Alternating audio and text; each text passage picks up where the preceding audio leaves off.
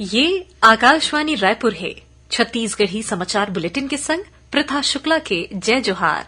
अब सुनाओ आज के प्रमुख समाचार। प्रधानमंत्री नरेंद्र मोदी हा परनदिन 7 जुलाई के छत्तीसगढ़ अवैया है। ओमनहा एबेरा कतकोन परियोजना के शिलान्यास और लोकार्पण करे के संगे संग एक ठिन जनसभा ला घलोक संबोधित करही। मुख्यमंत्री हा प्रदेशवासी किसनहा सरपंच ग्राम पटेल गौठान समिति और अधिकारी मन ले गांव भर में काली 6 ले 17 जुलाई तक रोका छेका करे के अपील करे है। और मौसम विभाग के अनुसार प्रदेश भर में 24 घंटा के भीतरी में कतकोन जगह में हल्का बारिश के संभावना है। उन्हें एक दो तीन जगह में भारी बारिश होए और आकाशीय बिजली गिरे के चेतावनी दीन है। अब समाचार विस्तार ले। प्रधानमंत्री नरेंद्र मोदी हा परनदिन 7 जुलाई के छत्तीसगढ़ अवैया है। प्रधानमंत्री हा रायपुर के साइंस कॉलेज मैदान में 2 ठिन कार्यक्रम में शामिल होही। ओमनहा ए बेरा में कतकोन परियोजना के शिलान्यास और लोकार्पण करे के संगे संग एक ठिन जनसभा ला संबोधित करही। प्रधानमंत्री हा अपन रायपुर प्रवास के बेरा में छत्तीसगढ़ में बुनियादी ढांचा के विकास ला बढ़ावा दे खातिर लगभग 6,400 करोड़ रुपया के 5 ठिन राष्ट्रीय राजमार्ग परियोजना के शिलान्यास और लोकार्पण करही। ए बेरा में जौन परियोजना राष्ट्र ला दे जाही ओमा जबलपुर जगदलपुर राष्ट्रीय राजमार्ग में रायपुर ले कोडेबोड़ खंड के 33 किलोमीटर 4 लेन रद्दा शामिल हरय। एकर संगे संग राष्ट्रीय राजमार्ग क्रमांक 130 में बिलासपुर ले अंबिकापुर के बीच 53 किलोमीटर लंबा बिलासपुर पथरापाली 4 लेन खंड ला घलो देश ला दे जाहे। प्रधानमंत्री हा ए मौका में 6 lane greenfield Raipur Visakhapatnam corridor के छत्तीसगढ़ खंड पर 3 राष्ट्रीय राजमार्ग परियोजना के आधारशिला घलो रखे वाला है। एकर अलावा प्रधानमंत्री हा 103 किलोमीटर लंबा रायपुर खरियारलोड रेल लाइन दोहरीकरण परियोजना के संगे केवटी अंतागढ़ ला जोड़ैया 17 किलोमीटर लंबा नवा रेलवे लाइन परियोजना घलो देश ला देवैया है। रायपुर में होए वाले कार्यक्रम के बेरा प्रधानमंत्री हा 130 करोड़ रुपया ले ज्यादा के लागत ले कोरबा में बनत 60,000 मीट्रिक टन प्रति वर्ष के क्षमता वाले इंडियन ऑयल कारपोरेशन के बॉटलिंग प्लांट ला घलो राष्ट्र ला समर्पित करही। एकर संगे संग प्रधानमंत्री हा ए मौका में आयुष्मान भारत के चलत लाभार्थी मन ला 75 लाख कारड बांटे के घलो शुरूआत करैया है।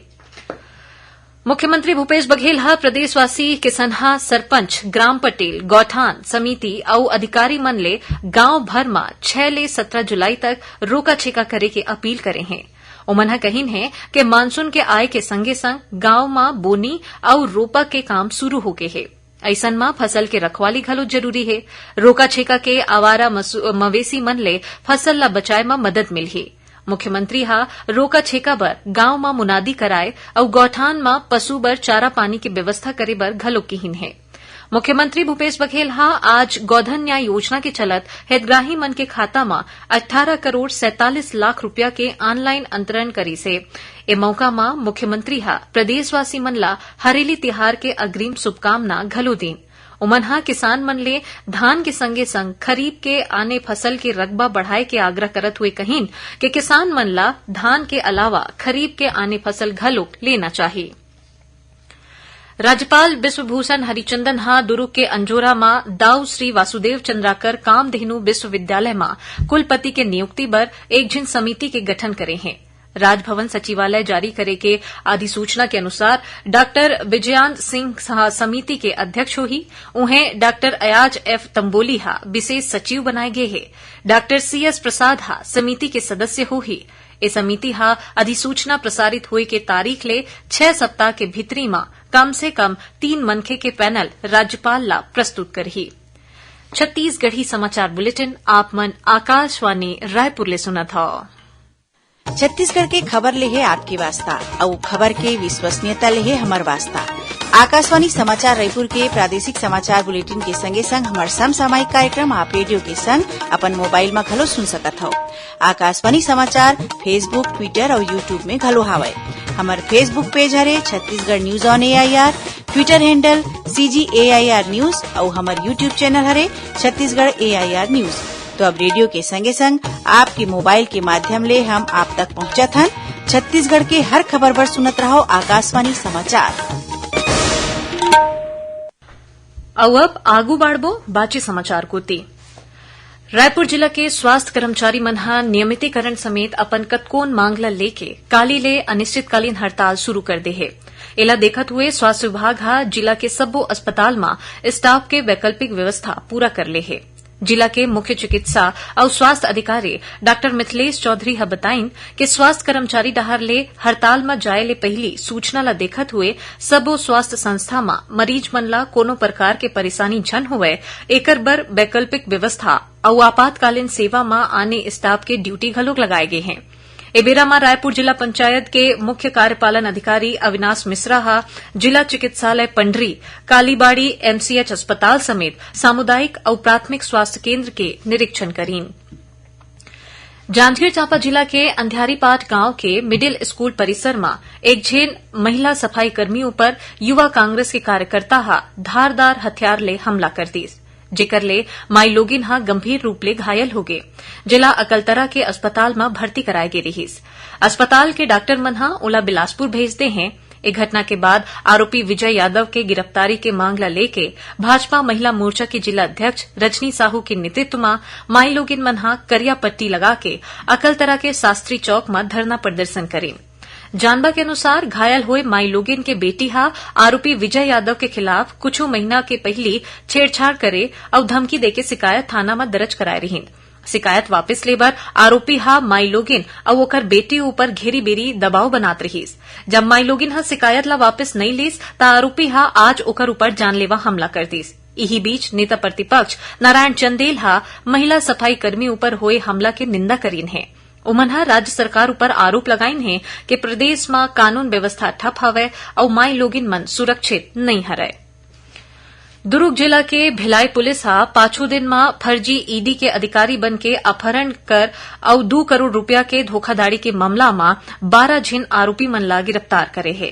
पुलिस हा इखर करा ले करीबन 1 करोड़ 25 लाख रुपया ले ज्यादा के नकदी राशि, सोना के जेवर और 10 नग मोबाइल फोन समेत आने जिनिस बरामद करे है।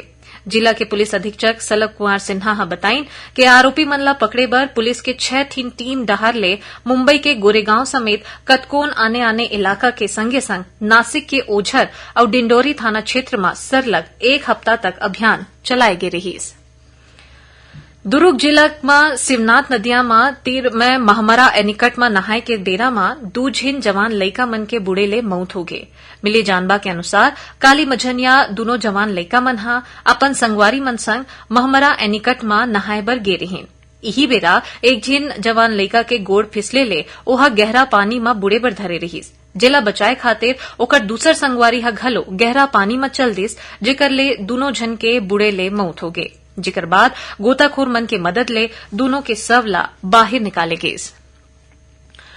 एति मौसम विभाग के अनुसार एक ठिन ऊपरी हवा के चक्रीय चक्रवाती घेरा उत्तर बंगाल खाड़ी और ओकर ले लगे मध्य बंगाल के खाड़ी के ऊपर बने हुए है।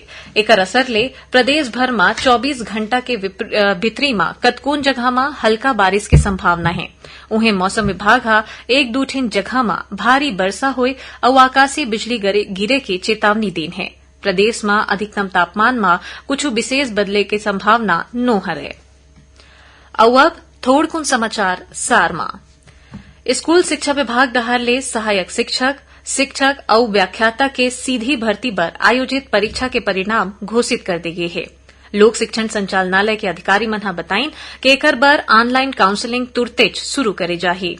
और दुर्ग जिला के पावर हाउस कैंप 2 में पाछू रतिहा 2 ठिन गुट के बीच मारपीट हो रही से।